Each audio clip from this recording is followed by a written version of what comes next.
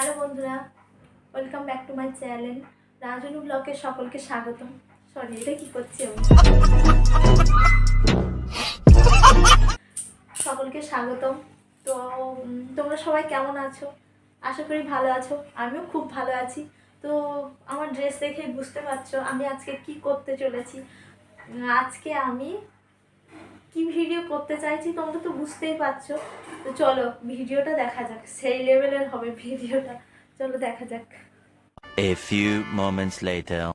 করণ দিকটা হচ্ছে মিডিল জেলা। আমি একটা কথা বলি, বলো, তোমাদের আমি আর বলতে দিচ্ছি না। তার কারণ হচ্ছে এমনি লক্ষ্মীর ভান্ডার, স্টুডেন্টস ক্রেডিট কার্ড, এতে আমার হাজার হাজার কোটি টাকা চলে যাচ্ছে। দিদি খুব ভালো কোথা থেকে জোগাড় করবো তা ঠিক নেই। এখন আর নতুন করে কিছু চাইবে না, ঠিক দিদি, থ্যাংক 2 বছর কিছু চাইবে না। পরে আমেরিকার একটা হোটেলে উঠেছি, উঠে দেখছি ওখানে না আছে বালতি, না আছে মগ, না আছে সব ওয়েস্টার্ন সিস্টেমের সব মানে কাণ্ড কারখানা আর কি ওদের সিস্টেমটা। আমি তো সিস্টেমটা বুঝতেই পারছি না, তো কি করবো। আর আমাদের অভ্যাস হচ্ছে বালতি মগ এইসব।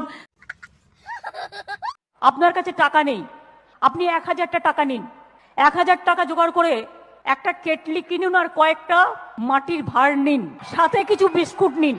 আস্তে আস্তে বাড়বে। প্রথম দিন আপনি বিস্কুট নিলেন প্রথম সপ্তাহে, তারপরে সপ্তাহে মাকে বললেন মা একটু ঘুগনি তৈরি করে দাও, তারপরে সপ্তাহে একটু তেলে ভাজা করলেন। এই তো পুজো আসছে সামনে, দেখবেন লোককে দিয়ে কুলোতে পারবেন না।